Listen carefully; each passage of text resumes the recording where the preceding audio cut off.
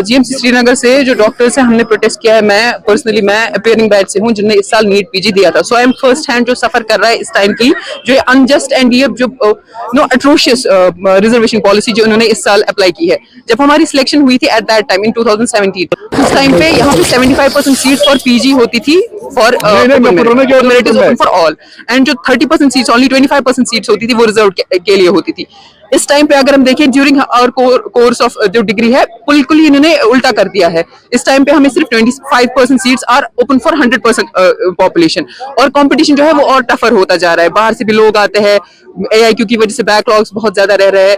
ये सारी चीजें जो है इनकी वजह से क्या हो रहा है कि हम MBBS तो कर रहे हैं, बहुत सारी मेहनत करके 5 साल हम मेहनत करते हैं, इंटर्नशिप हम करते हैं। उसके बाद जब नीट के टाइम पे हमें सुपर स्पेशलाइजेशन में जाने का टाइम आता है, तब हमारे पास सीट्स ही नहीं होती है। We don't get. मेरी जो ब्रांच है उस पे अगर आप देखोगे जो रिजर्व कैटेगरी वाले हैं, they are getting top branches, medicine उनको मिल रहा है, अपनी चॉइस का ब्रांच उनको मिल रहा है। मुझे कुछ भी, I am getting nothing, literally nothing. और अगर आप 2 साल 3 साल पहले देखेंगे, इस इतने मार्क्स पे इतने जो रैंक है उस पे आपको कुछ भी कोई भी सीट मिल सकती है। तो आप देख रहे हैं विद इन 2-3 ईयर्स इनमें कितना ज्यादा जो है अनजस्ट रिजर्वेशन पॉलिसी, AIQ, इन सब की वजह से हम पे कितना फर्क पड़ रहा है। हमें कुछ इतनी मेहनत करके भी कुछ नहीं मिल रहा है। तो हम मतलब एवरी वन ऑफ अस, ये सारे जो बाकी बच्चे हैं, ये हम जूनियर्स हैं हमारे, ये नहीं सोच रहे होंगे कि हम किस लिए पढ़ेंगे, हम किस लिए मेहनत करेंगे, जब आगे जाके हमारे पास कोई अपॉर्चुनिटी नहीं दे रहे, हमें कोई सीट ही नहीं दे रहे, हम स्पेशलाइज ही नहीं कर पाएंगे किसी में, तो हम किस लिए इतनी मेहनत करें। तो सेकंड इज जो AIQ हुआ उसमें हमारे पास बॉन्ड पॉलिसी नहीं है। जब हमने AIQ इम्प्लीमेंटेशन के टाइम पर प्रोटेस्ट किया था, तब हमें ऑनरेबल LG साहब ने बोला था कि हम आपके लिए सीट पूल बढ़ा रहे हैं। लेकिन कैसे बढ़ा रहे हो आप? हमें बाहर के लिए सीट्स के लिए ओपन तो 50% कर रहे हो, लेकिन हम बाहर जा ही नहीं सकते क्योंकि वो बॉन्ड पॉलिसी है। वहां हमें 2 साल 3 साल 5 साल 10 साल सर्व करना है आफ्टर पोस्ट ग्रेजुएशन। हम घर वापस आ नहीं सकते, otherwise we'll have to hefty amount हमें पे करना पड़ता है, 25 लाख 40 लाख 50 लाख। और यहाँ कश्मीर में they are leaving their own states, बाहर के students they are leaving their own states, और यहाँ कश्मीर में आ रहे हैं पीजी करने के लिए क्योंकि उनको बॉन्ड सर्व नहीं करना है।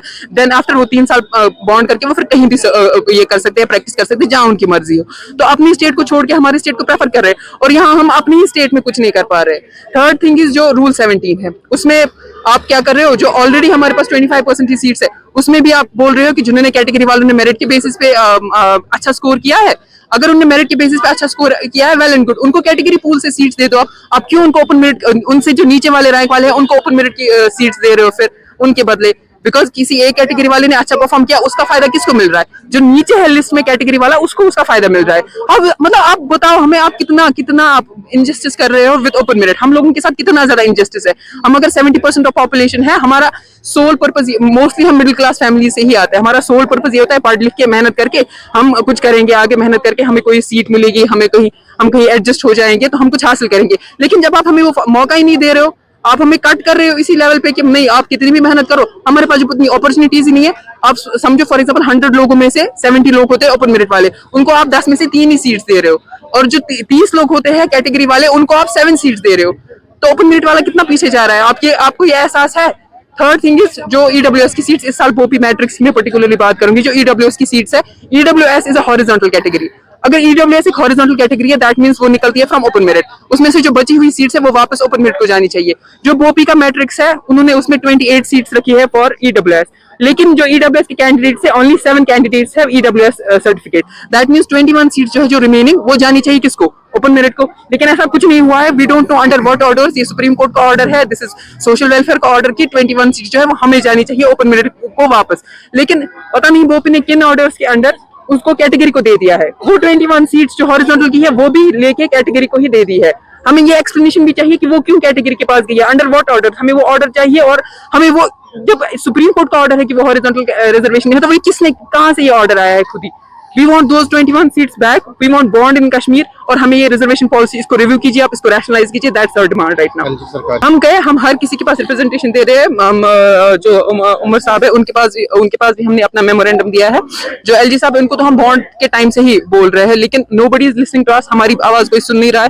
रिसेंटली अब जी अब उनके पास हम अप्रोच कर रहे हैं, बिकॉज अब हम अभी तक एग्जाम वगैरह के साथ ही थे। तो अब जब ये इतना इनजस्ट जो रिजर्वेशन उन्होंने, बिकॉज जो नीट पीजी है दे फॉल अंडर रूल्स 15, तो रूल 15 के अंडर जो ओपन मेरिट मेरिट है उसमें आप 50% आपको ओपन मेरिट में रखना ही है, जो रूल 15 है, क्योंकि नीट पीजी एमडीएस ये जो है ये रूल 15 के अंडर आते हैं। लेकिन उन्होंने उसमें क्या कर दिया, 10% हॉरिजॉन्टल रिजर्वेशन ईडब्ल्यूएस को कर दिया, 3% सीडीपी वालों को, पर्सन विद डिसेबिलिटी वालों को वो सब कर दिया। इसके साथ ही इनजस्टिस हो रहा है, वो मैं बोलूंगी क्यों, क्योंकि जो मेजॉरिटी ऑफ द पॉपुलेशन जो इंडिया है मोस्टली उनमें रिजर्व पॉपुलेशन रहते हैं। जो बाकी के स्टेट्स है उनमें रिजर्व पॉपुलेशन जो है वो 80% भी होती है, 70% भी होती है, still they have 50% of seats जो है 50% उनके पास, 50% से ज्यादा इनफैक्ट उनके पास जो है ओपन मेरिट के लिए हुई चीजें हमने बोली। हमें ईडब्ल्यूएस की सीट्स का है उनको, वो हमें बोली आपने किन ऑर्डर्स के अंडर वो कैटेगरी को दी है, we want those 21 seats back.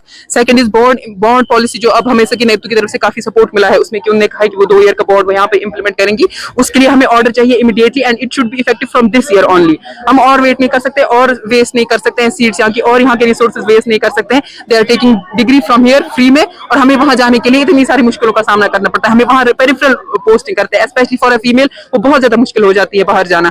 Third is हमें SRO 49 जो है नीट पीजी के लिए हमें वो वापस चाहिए। इस टाइम पे मैं आपको बोलूंगी अगर एक इंस्टीट्यूट में 50% रिजर्वेशन है तो बाकी जो 50% है कुछ साल के बाद उनको वो रिव्यू नहीं होती है वो कैटेगरी। दैट मींस ओवर 70% 80% जो बच्चे हैं वो सफर कर रहे हैं। नॉट जस्ट जो बाहर से आते हैं, बांग्लादेश से करके आते हैं, वो भी मेजोरिटी उनमें भी ओपन मेरिट की होती है।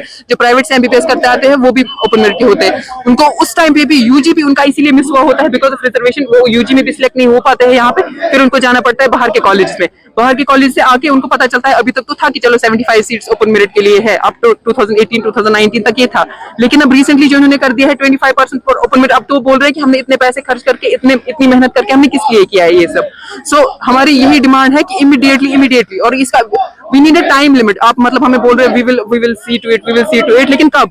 जब तक यहाँ से मतलब कितने सारे बच्चों की, मेरी फॉर एग्जांपल मेरी लाइफ है, मुझे just because of their decision मुझे अपना 1 साल पूरा जाया करना पड़ेगा, और अगले साल भी मुझे पता नहीं है क्या होगा। मुझे अपनी कोई ब्रांच नहीं मिल रही है, अपनी चॉइस की कोई ब्रांच नहीं मिल रही है, जबकि 1-2 साल पहले ही मेरे रैंक्स पे, मेरे मार्क्स पे जो है कोई भी ब्रांच आप ले सकते थे, अपनी पसंद की ब्रांच। और राइट नाउ जस्ट बिकॉज मैं ओपन मेरिट हूँ मुझे कोई ब्रांच मिलेगी। समीर अहमद है, मैं एमबीबीएस स्टूडेंट हूँ जेएमसी श्रीनगर में। As you know, the MBBS open merit students have been pushed to the wall. We have been left with hopelessness and despondency, and we request LG government and CM Umar Abdullah Saab to look into this matter. That is the SRO 49 that was before in 2018. According to which 75% of the seats are for open merit. When we say open merit, is open to everyone, open to AWS, open to ST, open to SC, and rest are reserved for the category people. And we are not against any category. We think that we should bring a fair and justice system into this matter, to so that the competent doctors go into the institution like SIKIMS and JAMES Srinagar and JMC Jammu. As we see that in SIKIMS we see 2 dermatology seats that is also reserved for the for ST people, but no open merit seat were left for the dermatologist seat was left for open merit. ये चीजें अगर ये चीजें क्या fairness को करती है पीछे, इसकी वजह से क्या होता है, जो एक कॉम्पिटेंट डॉक्टर होता है वो एक एंजाइटी में होता है, उसकी वजह उसको होपलेसनेस क्रिएट होती है। हम चाहते हैं वो फेयर एंड जस्टिस सिस्टम लाए, रैशनलाइजेशन ऑफ रिजर्वेशन पॉलिसी करे।